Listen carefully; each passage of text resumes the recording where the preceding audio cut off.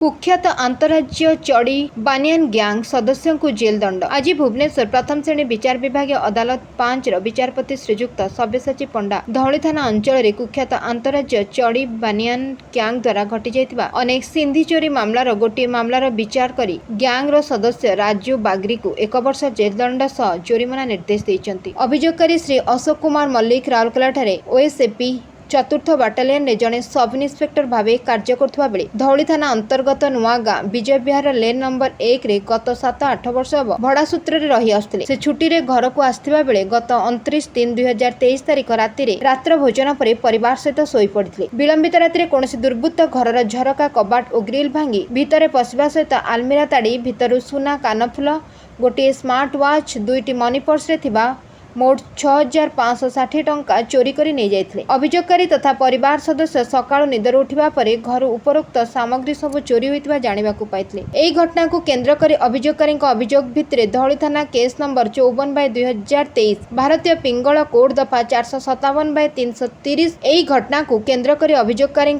अभियोग भितरे धौली थाना केस नंबर 54/2023 भारतीय पिंगल कोड दफा 457/380 रे एक मामला रुजु करा जाई थानार तत्कालीन सब इन्स्पेक्टर श्री संतोष कुमार बल को यार तदंत भार दि जाइथिला। श्री बल ए मामला को सठिक भाव तदंत करने सहित अनेक मामलें संपृक्त मोट 11 जन अभियुक्त को तुरंत गिरफ्त करिबारे सक्षम होइथिले। उपरोक्त मामलार विचार करी मान्यवर अदालत साक्षी बयान और विभिन्न दस्तावेज को आधार करी गैंगर 11 जन सदस्यों मध्य अभियुक्त राजू बागरी को 1 वर्ष सश्रम कारादंड सह 1,000 टंका जोरिमाना आदेश शुणाइछन्ति। Bureau report Ekamra news agency.